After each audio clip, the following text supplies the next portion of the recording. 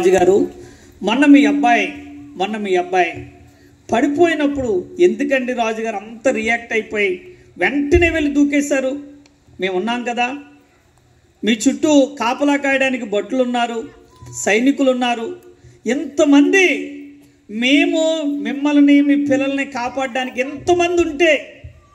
ఎంతమంది మేము కాపాడడానికి ఉంటే ఎందుకు మీరు దూకేస్తారు అంటే రాజుగారు అన్నారు, ఎంతైనా వాడు నా కొడుకు కదండి, ఎంతైనా వాడు నా కొడుకు కదా, ఉండలేక మీరు దిగుతారో లేదో అనేటువంటి ఆలోచన నాకు రాకముందే వాడు పడిపోయాడు, వాడిని ఎలాగైనా నేను కాపాడుకోవాలి అని చెప్పి నేనేం చేశాను, దూకేశాను. అప్పుడు మంత్రి గారు అన్నారట, మీరు చాలా రోజుల నుంచి అంటున్నారు కదండి యేసు ప్రభువే రావాలా ఈ భూమి మీదకి, ఎవరొకరిని పంపించి రక్షించుకోవచ్చు కదా అంటే, యేసయ్యకి మానవుని పట్ల ప్రేమ అండి, ఆ ప్రేమ కొరకే ఈ భూమి మీదకి వచ్చాడు అని చెప్పాడట. చప్పట్లు కొడుతూ ప్రభునామాన్ని ఘనపరుద్దాం. యేసయ్య ప్రేమ మానవాళి పట్ల ఎంతో ఉంది.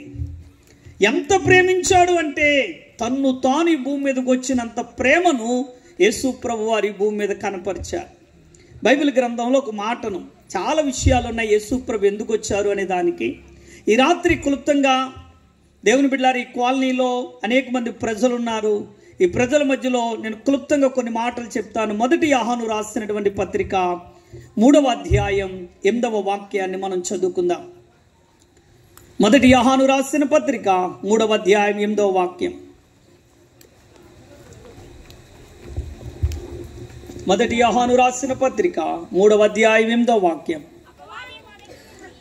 అపవాది మొదటి నుండి పాపము చేయుచున్నాడు గనక, పాపము చేయువాడు అపవాది సంబంధి, అపవాది యొక్క క్రియలను ఏం చేయడానికి, లయపరచుటకై దేవుని కుమారుడు ప్రత్యక్షమాయను.